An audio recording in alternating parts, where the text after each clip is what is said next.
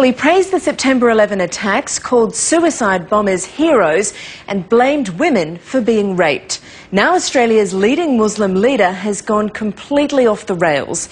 The man dubbed the Thick Sheikh by one newspaper has launched an insane attack on our way of life. Sheikh Halalli's been spreading hatred and bigotry for 20 years in this country, and he's been protected by too many people for too long.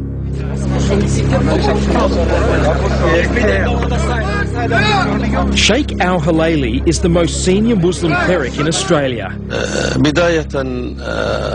Here he is on Egyptian television this week, talking about Australians. Their values are upside down.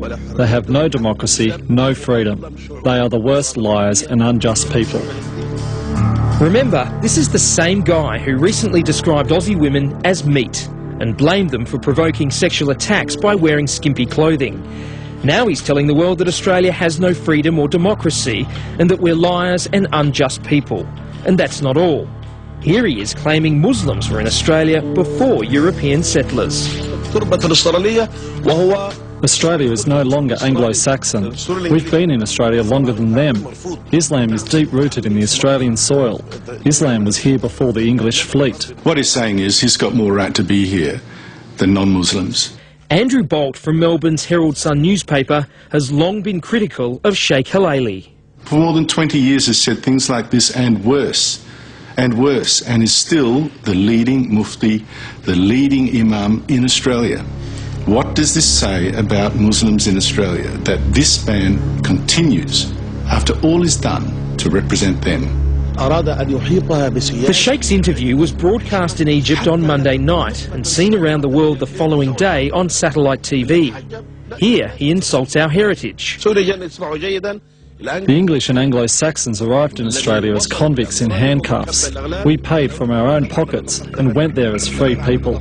If he calls himself an Australian, then he shouldn't be saying what he's saying.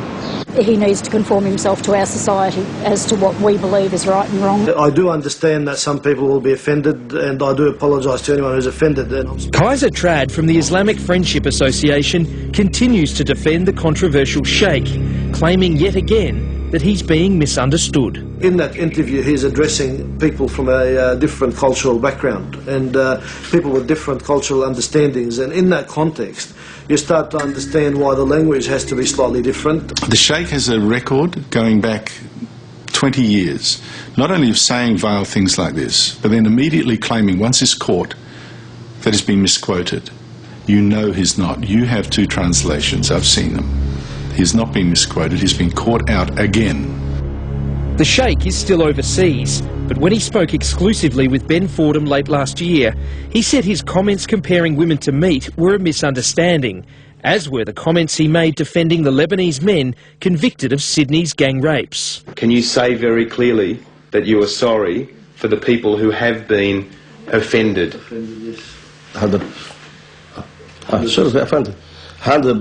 I can't hear you saying misunderstanding. I can't hear you saying sorry. The misunderstanding. I'm very, very sorry for that. But you have to wonder about the sincerity of that apology, when less than 3 months later, he's telling the world the rapes didn't even happen. They arranged to meet in a public park at 2 or 3 a.m. in the morning, and it was agreed on. And he's not suggesting there was no rape, he's saying essentially there was no rape. The sex agreed on. That's just disgusting. This man has been an apologist for rapists and someone who minimises the crime of rape for a long time now, and he remains the Mufti of Australia. For someone who obviously doesn't like Australians, doesn't respect our values, doesn't respect the decisions of our courts, and certainly doesn't respect our women, you've got to ask yourself the question, why on earth does he still want to live here?